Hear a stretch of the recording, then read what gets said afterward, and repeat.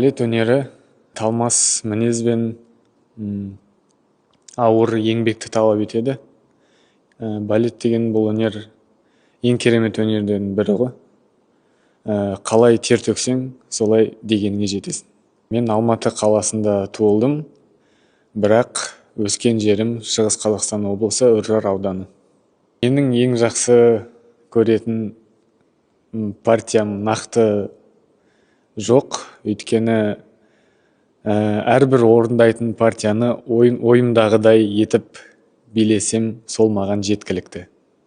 Қазір менің ең жақсы көретін қалам ол Астана, өйткені мен бұл жерде жұмыс жасаймын, тұрамын. Ең жақсы көретін жерім ол үй, әрине.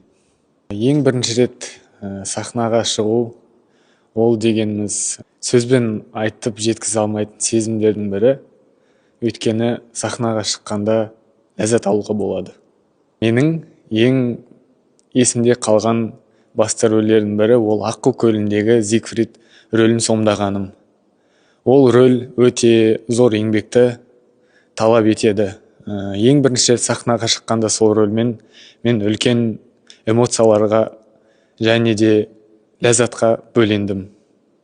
Менің ойымша, әркімде өзінің кумирі болу керек. Өйткені біздің өнер мансабымызда тоқтап қалуға болмайды. Әрқашанда жұмыс істеп, дәрежемізді жоғарыға көтеру керек. Мысалы, Михаил Барышников, Вадим Монтагиров, Данил Симкин, Кимин Ким, өзіміздің Астана операмыздың жетекші солисті Адамжан Бақтияр. Менің соңғы оқыған кітабым ол Әзілхан Нұршайықовтың Ақиқат пен аңыз романы. Менің сомдағым келетін басты рөлдерімнің бірі Крас пен Салор.